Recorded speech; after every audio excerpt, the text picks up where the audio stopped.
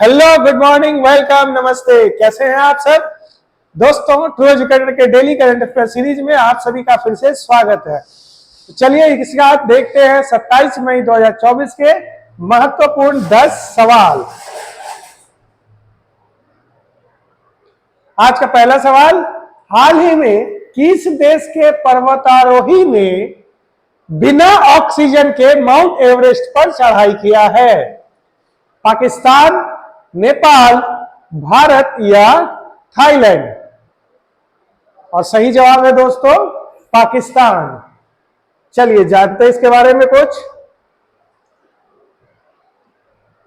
पाकिस्तान के पर्वतारोही सिरबाज खान ने हाल ही में बिना अतिरिक्त ऑक्सीजन के ही माउंट एवरेस्ट फतह किया।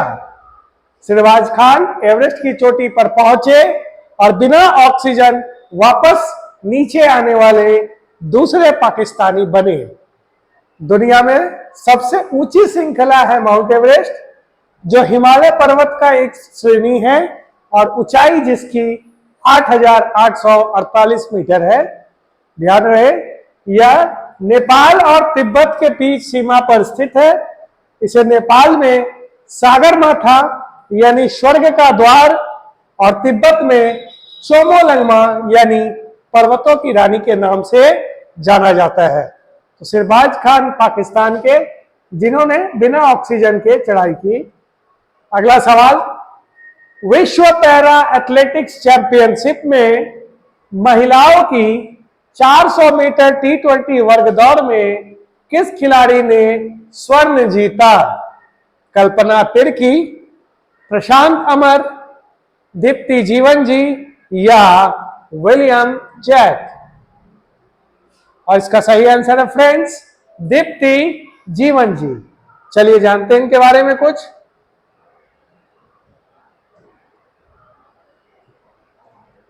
भारत की दीप्ति जीवन जी ने जापान में विश्व पैरा एथलेटिक्स चैंपियनशिप में महिलाओं की 400 मीटर T20 वर्ग दौड़ में 55.07 सेकंड के विश्व रिकॉर्ड के साथ स्वर्ण पदक जीता। पैरा एशियाई खेलों के स्वर्ण पदक विजेता दीप्ति ने पिछले वर्ष पेरिस में आयोजित चैंपियनशिप के दौरान बनाए गए अमेरिका की खिलाड़ी ब्रेन क्लार्क के 55.12 सेकंड के विश्व रिकॉर्ड को तोड़ा। तो ध्यान रहे दीप्ति जीवन जी। अगला सवाल, विश्व युवा वेट लिफ्टिंग चैंपियनशिप किस देश में आयोजित किया गया? पेरू, जर्मनी, भारत या थाईलैंड? और इसका सही आंसर है फ्रेंड्स पेरू। चलिए जानते हैं इसके बारे में कुछ। उड़ीसा के ढेंकनाल की 15 वर्षीय वेटलिफ्टर प्रीति स्मिता भोई ने पेरू की राजधानी लीमा में विश्व युवा वेटलिफ्टिंग चैंपियनशिप में विश्व रिकॉर्ड के साथ स्वर्ण पदक जीता। प्रीति स्मिता ने 40 किलो के भार वर्ग में 133 किलो वजन उठाया। इन्होंने क्लीन एंड जर्क में 76 किलो वजन उठाकर 75 किलो के विश्व कीर्तिमान को ध्वस्त किया। विश्व रिकॉर्ड बनाने वाली पहली युवा मीराबाई चानू के बाद यह दूसरी और युवा वर्ग में विश्व रिकॉर्ड बनाने वाली देश की पहली वेटलिफ्टर बनी प्रीति स्मिता। चानू सीनियर वर्ग में क्लीन एंड जर्क का विश्व रिकॉर्ड बना चुकी है। तो ध्यान रहे उड़ीसा की प्रीति स्मिता, जिन्होंने बनाया वेटलिफ्टिंग में विश्व रिकॉर्ड। अगला सवाल, ग्लोबल सिटीज इंडेक्स के रिपोर्ट के अनुसार प्रथम स्थान पर विश्व का कौन सा शहर है? रोम, न्यूयॉर्क, नई दिल्ली या पेरिस? और सही आंसर है फ्रेंड्स न्यूयॉर्क। चलिए जानते हैं इसके बारे में कुछ।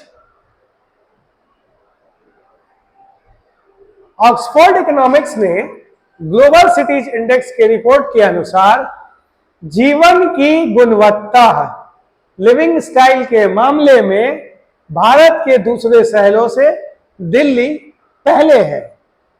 इस रिपोर्ट में दुनिया के लगभग 1000 शहरों को शामिल किया गया, जिसमें दिल्ली का भारत में पहला और विश्व में 350वां स्थान है, और बेंगलोर 411 और मुंबई 427वें स्थान पर है। तो पहले स्थान पर अमेरिका का न्यूयॉर्क, दूसरे स्थान पर ब्रिटेन का लंदन और कैलिफोर्निया का शहर सैन जोन्स तीसरे स्थान पर है। तो ध्यान रहे, ग्लोबल सिटीज इंडेक्स पहले स्थान पर, अमेरिका का न्यूयॉर्क। संयुक्त राष्ट्र महासभा ने किस तिथि को अंतर्राष्ट्रीय मरखोर दिवस के रूप में घोषित किया है? 25 मई, 20 मई, 24 मई या 27 मई? चलिए जानते हैं इसका सही जवाब।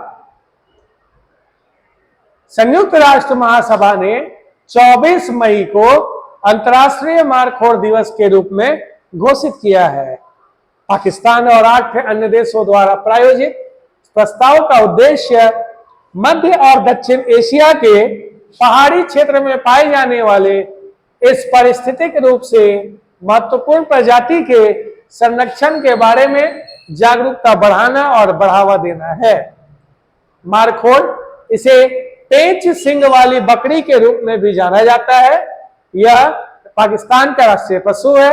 राजसी जंगली बकरी है जो अपने हड़ताली सर्पिल आकार के सिंगों के लिए जाना जाता है।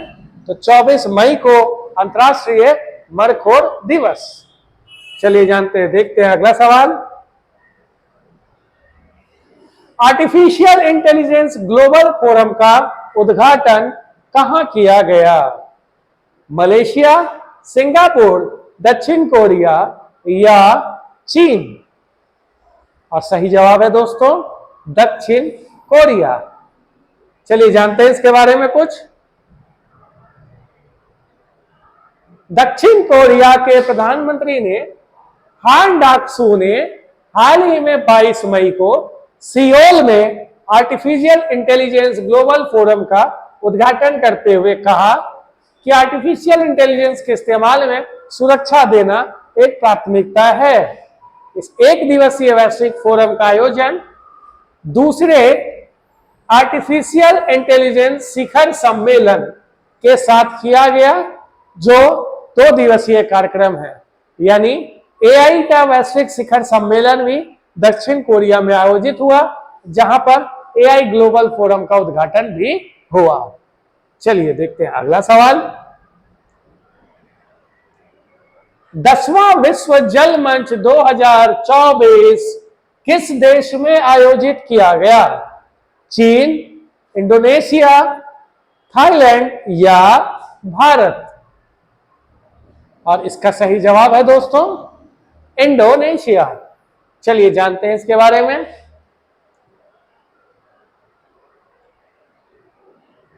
विश्व जल मंच इंडोनेशिया सरकार द्वारा आयोजित किया गया। 18 से 25 मई 2024 तक इंडोनेशिया के बाली में 10वां विश्व जल मंच। इस रिपोर्ट में जल संसाधनों और जल सेवाओं तक पहुंच में बढ़ते हुए भेद और खाई पर जोर दिया गया, जिसका दुनिया भर में मानव और आर्थिक विकास पर आने वाले दिनों में प्रभाव पड़ सकता है।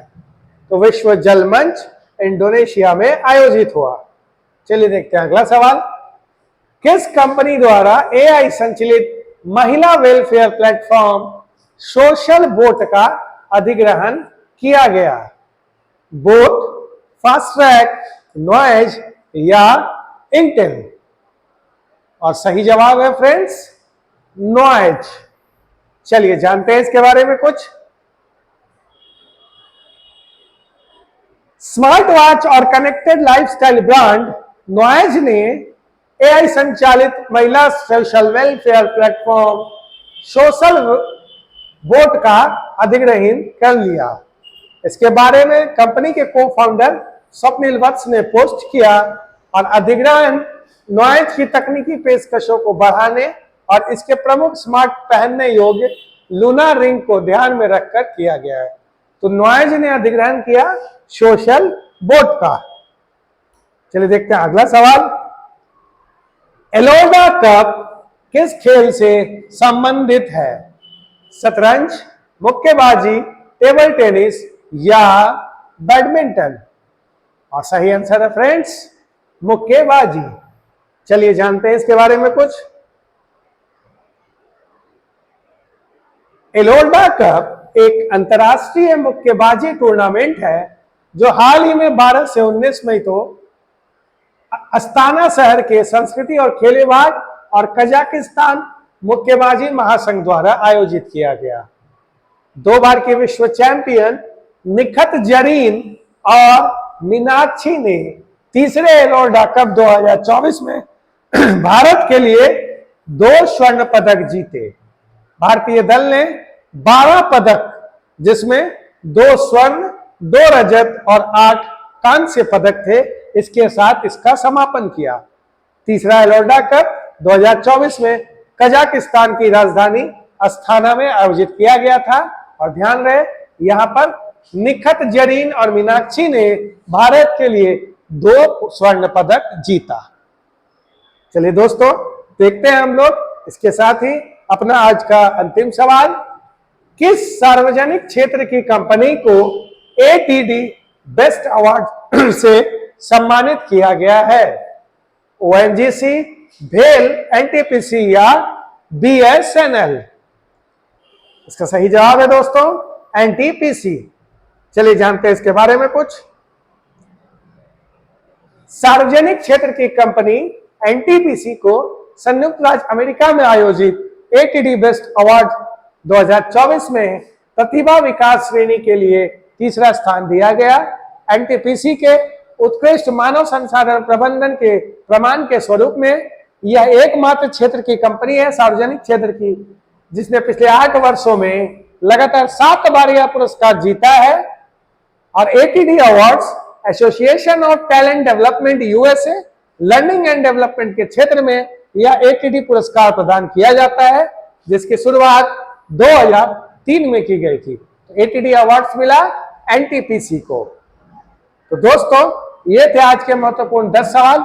आशा है आपके लिए काफी उपयोगी साबित होगा। और हमेशा की तरह महत्वपूर्ण सूचना, ट्रू एजुकेटर हाजीपुर है बन चुका है पटना के top institute the officers academy का एकलव्य अभ्यास केंद्र। सारे एग्जाम्स के यहाँ पर मॉक टेस्ट कंडक्ट करवाए जा रहे हैं। तो जल्द से जल्द जुड़कर अपनी तैयारी को जांचें और एग्जाम में अधिक से अधिक स्कोर लाएं। और साथ ही सभी एग्जाम्स के बैचेज स्टार्ट हो चुके हैं। तो अपनी तैयारी को और स्पीड प्रदान करने के लिए और सही टाइम पर सिलेक्शन पाने के लिए जल्दी जुड़िए ट्रू एजुकेटर हाजीपुर से। वीडियो पसंद आई हो लाइक, कमेंट और सब्सक्राइब जरूर करें। Thank you, take care.